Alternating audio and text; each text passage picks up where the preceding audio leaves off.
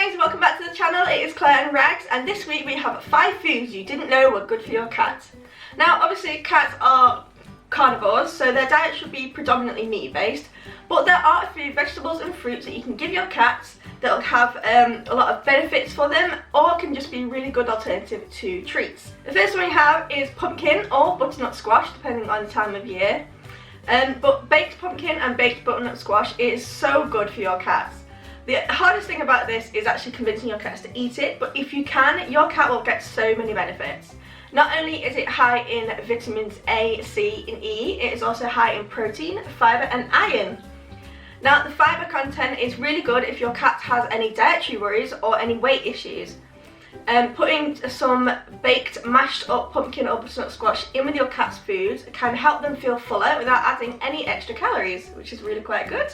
Pumpkin and butternut squash is also a great treatment for hairballs, as the fibre helps them with their digestive systems and can alleviate sort of excessive hairballs or any other stomach problems that they might have. The second one we have is cucumber. Now despite the meme, cucumbers can actually be very advantageous to your cat. Like pumpkin and butternut squash, cucumber is high in fibre, but it is also jam-packed full of water.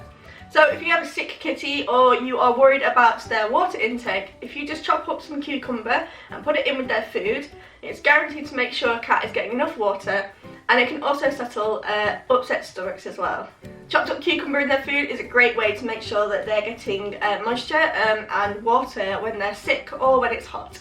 The third one we have is green beans. Now these are another one that are really good for weight management. If you put in chopped up green beans or canned green beans into their food, it can help them feel fuller, but the fibre also is really good for their stomachs as well.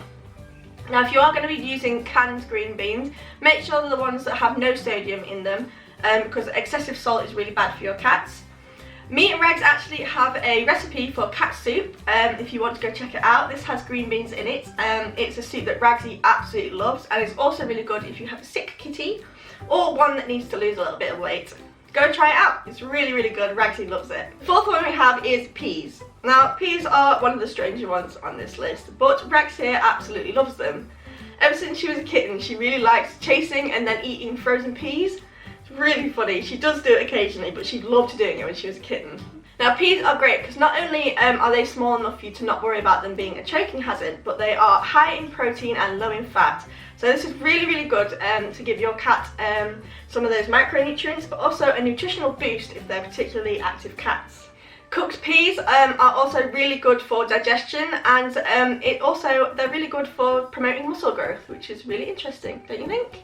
And the fifth one I have for you is strawberries. Now this is a bit of a cheap one because it's not necessarily nutritional to your cat, but they are non-toxic to your cat. So if you want to give your cat a nice little treat, you can give them a little portion of chopped up strawberries.